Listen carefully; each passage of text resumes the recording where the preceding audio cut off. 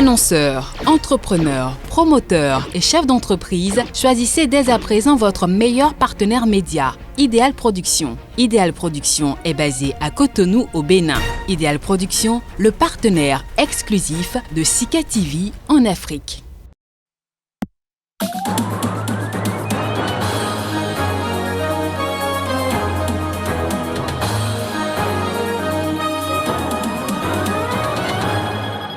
Les élections présidentielles et les législatives au Mali se tiendront en février et mars 2022. Les autorités de transition réitèrent la promesse des auteurs du coup d'État militaire d'août 2020 de rendre le pouvoir aux civils au bout de 18 mois. Des soldats érythréens ont fait 3 morts et au moins 19 blessés en tirant lundi sur des civils désarmés à Adawa, région éthiopienne du Tigré au nord, en guerre, a affirmé mercredi Amnesty International. Le climat tendu entre les États-Unis d'Amérique et la Russie vient d'être corsé par de nouvelles sanctions américaines. Institutions et personnalités sont visées. La Russie entend répliquer dans les tout prochains jours.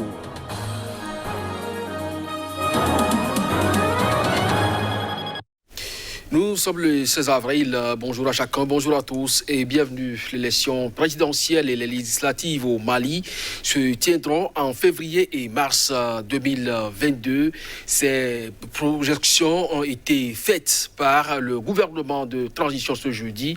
Les autorités de transition réitèrent ainsi la promesse des auteurs du coup d'État militaire du mois d'août 2020 de rendre le pouvoir aux civils après une transition qui va durer 18 mois.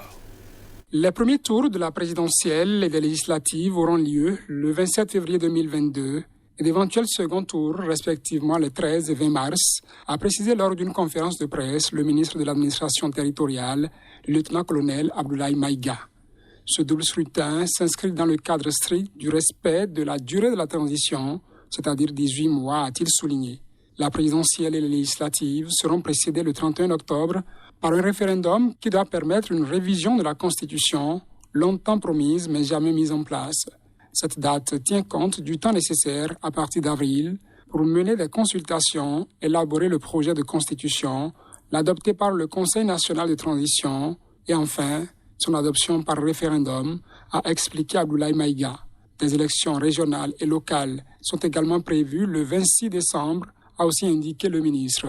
L'annonce de la tenue dans le calendrier prévu de ces élections a fait l'objet de nombreux débats à Bamako, notamment sur la capacité ou la volonté des autorités de transition, dominées par les militaires, à les organiser.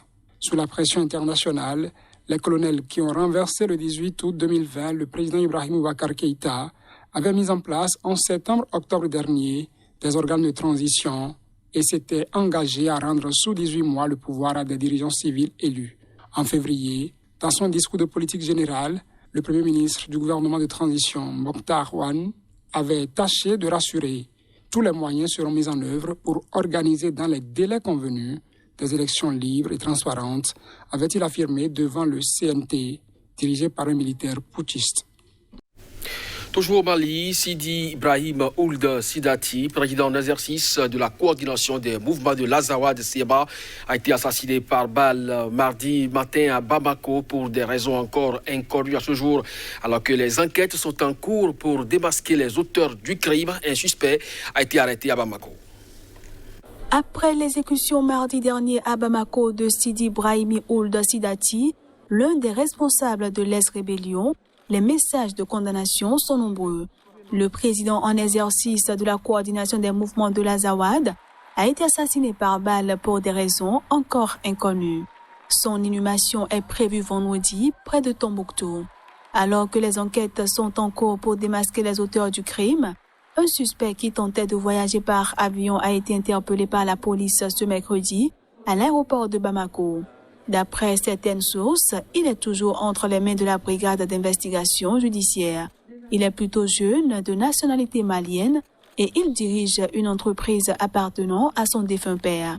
Sur son implication dans l'affaire, des proches de Sidi Ibrahim Ould Sidati s'interrogent et affirment attendre impatiemment les résultats de l'enquête.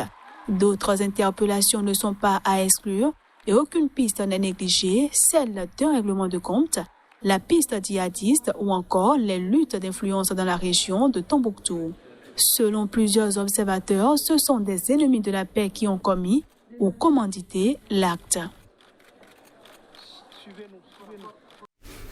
Au moins 8 supplétifs civils enrôlés dans la lutte anti-djihadiste au Burkina Faso ont été tués mercredi.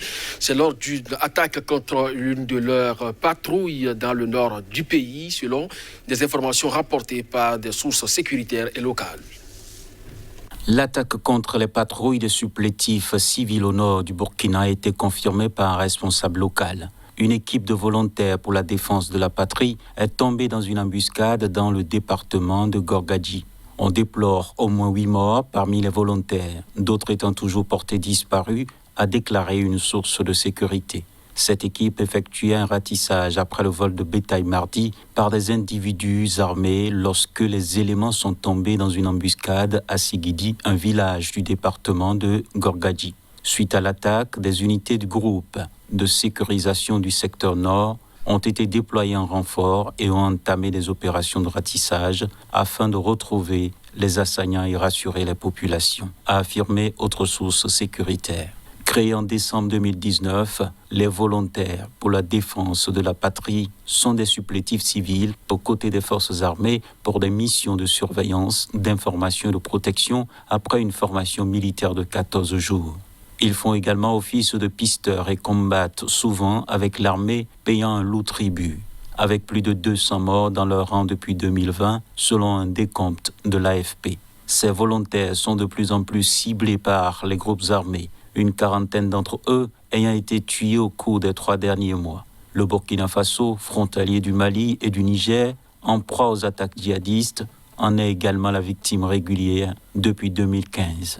D'abord concentrées dans le nord du pays, limitrophe du Mali, les exactions attribuées à des groupes djihadistes, dont le groupe de soutien à l'islam et aux musulmans, GESIM, affilié à Al-Qaïda et l'État islamique au Grand Sahara, ont ensuite visé la capitale et d'autres régions, notamment l'Est et le Nord-Ouest. L'armée érythréenne a fait usage d'armes létales dans la région d'Adwa, dans la région nord du Tigré. C'est ce qu'a dénoncé Amnesty International. Cette agression a fait 19 civils tués lundi. 3 personnes ont perdu la vie et au moins 19 autres sont hospitalisées dans une nouvelle attaque horrible des troupes érythréennes sur des civils au Tigré en Éthiopie, a déclaré dans un communiqué Sarah Jackson, la directrice adjointe d'Amnesty International pour l'Afrique de l'Est. Selon les témoignages recueillis par Amnesty International, les soldats érythréens reconnaissables à leurs uniformes notamment ont ouvert le feu sur des habitants dans la rue principale de la ville, près de la gare routière. Ces témoignages viennent confirmer ceux rapportés par Médecins sans frontières. Amnesty appelle à une enquête internationale sur cette fusillade et plus généralement sur les violations des droits humains, y compris de possibles crimes de guerre et crimes contre l'humanité perpétrés depuis le début du conflit au Tigré le 4 novembre.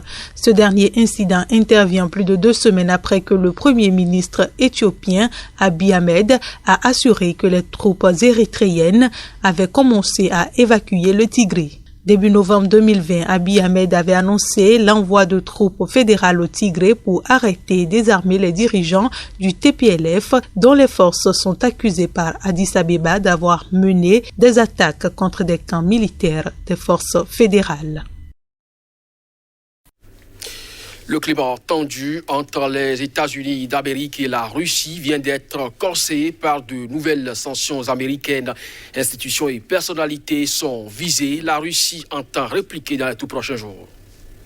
Le gouvernement américain de Joe Biden a annoncé jeudi une série de sanctions financières contre la Russie et l'expulsion de 10 diplomates russes en réponse à des cyberattaques et des ingérences dans l'élection présidentielle de 2020 attribuées à Moscou. Le président des États-Unis a signé un décret qui permettra de punir à nouveau la Russie de manière à engendrer des conséquences stratégiques et économiques si elle continue ou favorise une escalade de ses actions de déstabilisation internationale, a prévenu la Maison-Blanche dans un communiqué. Dans le cadre de ce décret, le Trésor américain a interdit aux institutions financières américaines d'acheter directement de la dette émise par la Russie après le 14 juin prochain. Il sanctionne également 6 sociétés technologiques russes accusées de soutenir les activités cyber du renseignement de Moscou. Il s'agit d'une riposte à la gigantesque cyberattaque de 2020 ayant utilisé comme vecteur SolarWinds, un éditeur américain de logiciels dont un produit a été piraté pour introduire une faille chez ses utilisateurs, y compris plusieurs agences fédérales américaines. L'administration Biden accuse formellement la Russie d'être responsable de cette attaque, comme elle l'avait déjà laissé entendre. Par ailleurs, le Trésor sanctionne 32 entités et personnes accusées d'avoir tenté, au nom du gouvernement russe, d'influencer l'élection présidentielle de 2020 aux États-Unis, selon la Maison-Blanche. Suite à ces sanctions, la diplomatie russe est montée au créneau. Les États-Unis ne sont pas prêts à accepter la réalité objective d'un monde multipolaire sans hégémonie américaine. Ils misent sur les sanctions et l'ingérence dans nos affaires intérieures. Un tel comportement agressif recevra une forte riposte. La réponse aux sanctions sera inévitable. Washington doit comprendre que le prix de la dégradation des relations bilatérales devra être payé.